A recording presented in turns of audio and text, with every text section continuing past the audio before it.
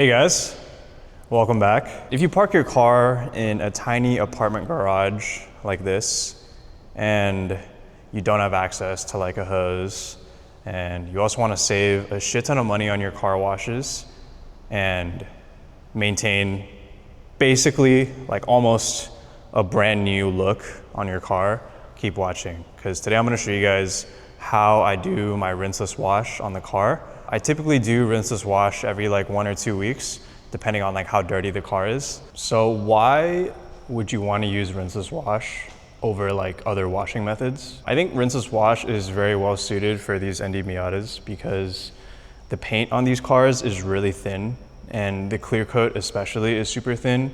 So it's very easy to damage the clear coat. And if you use other washing methods, they are typically more intensive and you have a higher chance of scratching and damaging the paint. Rinseless wash, you have a lot more control over every single piece of the car because you're basically just doing everything by hand in a very like soft way. And that's number one. Number two, it uses a lot less water. I live in California where, I gotta pay for my own water, and water here is expensive, dude. And number three is just because it's fun, dude. Once a week I'll come and I'll like wash my car, and it's just like, a nice little like relaxing, meditative release. So these are kind of all the things that you need in order to do a good rinseless wash successfully. First off, you're gonna need a bucket. I have one of these buckets that's graduated on the side because you kind of need to measure out the ratio between the water and the rinseless wash. You can go really cheap on these buckets, it doesn't really matter. I just got this from Home Depot. The more important thing is you need one of these. So this is called a grit guard, and basically what it does is as you're dipping the sponge back in the water, dirt comes out of the sponge and the dirt will settle at the bottom of the bucket. And this grit guard basically just lays in the bucket like this. And every time you dip your sponge back in, it makes sure that it's not drying up any of that dirt and you're only drying up clean solution basically. You could also use like the 2-bucket method where you have like your clean bucket and like your dirty bucket. I like to use this just because it uses a bit less water and it's a little less finicky. Next is the rinseless wash solution. This is ONR rinseless wash, Optimum no rinse. And this is like a very popular rinseless wash in the car community. And it's also like pretty affordable. Like this is like $20 for like 20 to 30 washes of your car, which is like insane value compared to like going to a car wash and paying $20 each time you want to wash your car. But yeah, super popular in the car community, especially here in LA where the water is really hard, and hard water is known to leave like water stains on your car if you don't like dry it off completely. And this has like built-in softeners to soften the water so that basically that doesn't happen. So yeah, the stuff's really good. You can use it on the entire car, on the exterior, the wheels, whatever, it doesn't matter. Like it works on anything. Also, there's this graduated cylinder. This is just for measuring the ratio. Not a big deal. You can just get anything that measures ounces. Next, we have this spray bottle. I don't even know, what is this? IK Multi Pro 2. Like honestly, you can just get any spray bottle. This one is a nicer one. I think it costs like $50, but honestly, like any spray bottle is fine. It just kind of depends how long you want to take spraying down the car. With this one, it's a little bit faster, and it also works if it's like flipped over, like you can still spray. Next thing, this is a detailing sponge. Basically, it's just a big sponge that's very absorbent with all these little slits inside. And similar to the grit guard, the whole idea with this sponge is as you're wiping down the car, dirt is gonna get trapped inside of each of these little slits rather than staying like on the surface of the sponge, and that'll basically keep you from rubbing dirt on your car and damaging the clear coat. So this is very important. I believe this one is called the Big Red Sponge. I don't recommend cheaping out on the sponge. You should definitely get a good sponge because this is gonna be kind of touching your entire car. These can last a pretty long while too, as long as you kind of maintain them and keep them clean. Next, for drying the car, we just have like a shit ton of microfiber towels. This is just like a pack I got from Costco. I don't know, the Costco ones work pretty well. The reason you use microfiber towels is because they're like very absorbent and they don't scratch your car. Last thing I got were these like tire wheel brushes. These are kind of optional, honestly. Like you can also just use like your sponge to like wipe them down. I just got them because they were on sale. Not a really big deal. That's everything you need. Keep in mind that this initial setup might seem a little expensive, but if you stick with it, you can use it for years and years and it'll end up saving you a lot of money. Okay, so first step, I already filled up the bucket. That would technically be the first step. Typically for the Miata, I use maybe like a gallon of water. Since I'm also washing my roommate's car today, I filled it up a little more. So I have like 3 gallons. I typically fill up a gallon just so I can have some water at like the level of the grit guard. And then I fill it up like another gallon, which is the water I'm actually gonna use. And the next step is to mix the wash solution into the water. So you can see here, it recommends 1 ounce for every 2 gallons. Because the water in LA is so hard, I typically use a little bit more than that. So yeah, very simple. Just pour in 2 ounces, maybe a little more, maybe a little less. It doesn't really matter too much. And pour it in. Oh, what's that?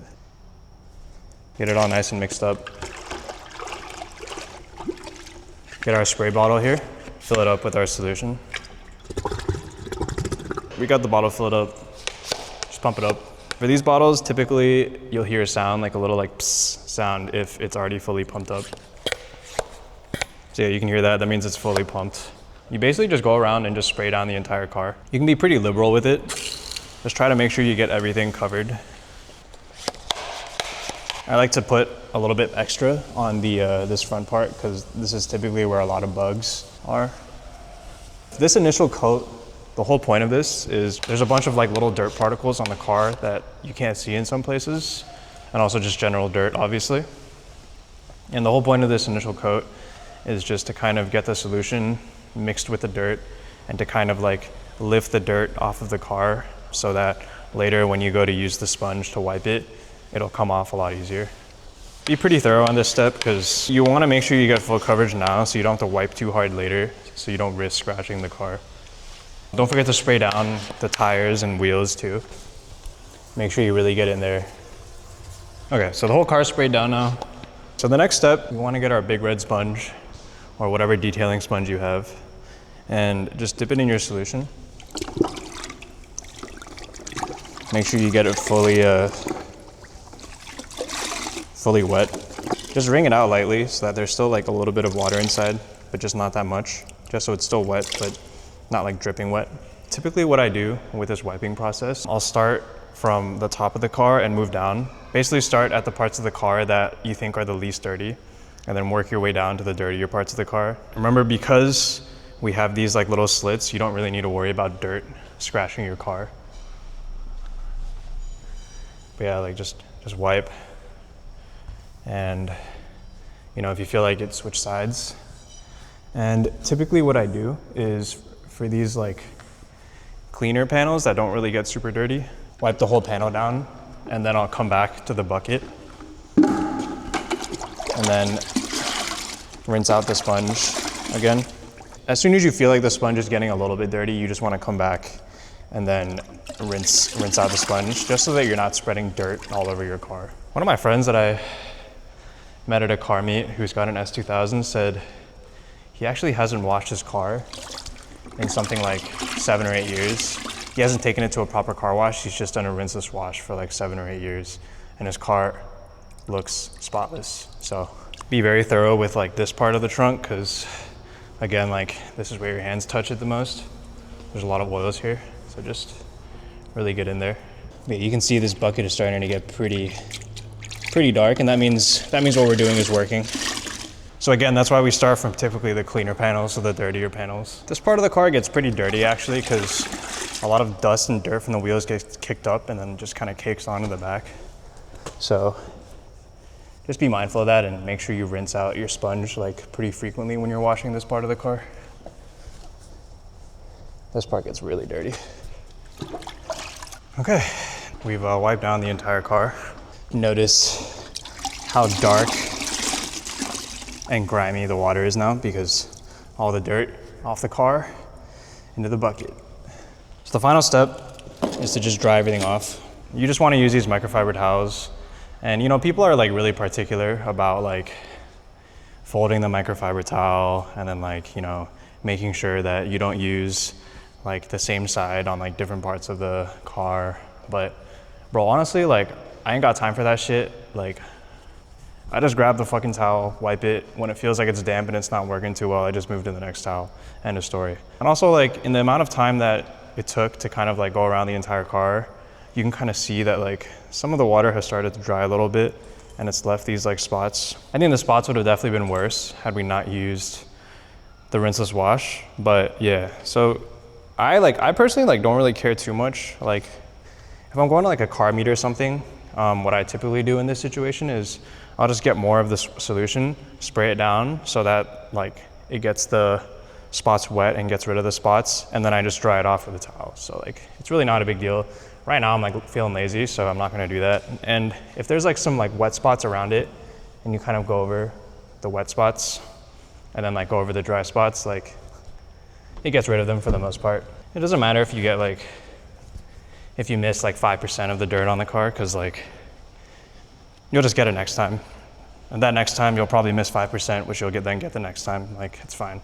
I'm just a dude washing his car in his garage. I'll try to like buff out the water spots, like, you know, on the hood and the windows, but on the other panels of the car, like it's not really like, doesn't really matter all that much. All right, and this towel is getting a little damp, so just go and swap it out for a clean one. Okay, the whole point of this rinseless wash is you do it every 1 or 2 weeks. It doesn't work very well in like an insanely dirty car. You want to do it on a car that's just like lightly dirty and like maintain it. So it goes from like lightly dirty to clean. If you have a really, really dirty car that you haven't washed in like a year, rinseless wash will probably still help you out, but it's probably better to go for like a more intensive wash in that situation. So Nick just finished washing his car too. The last, final, and most important step of washing your car is to just stand back and marvel at your work.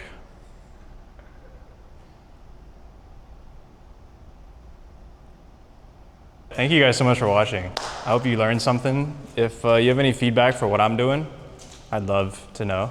I'd love to get some more insight as to how I can improve my process. If you have any questions about any of the shit that I bought, any of the stuff that I did, feel free to ask. Hope you guys have a great rest of your week, and I'll catch you on the next one. Peace.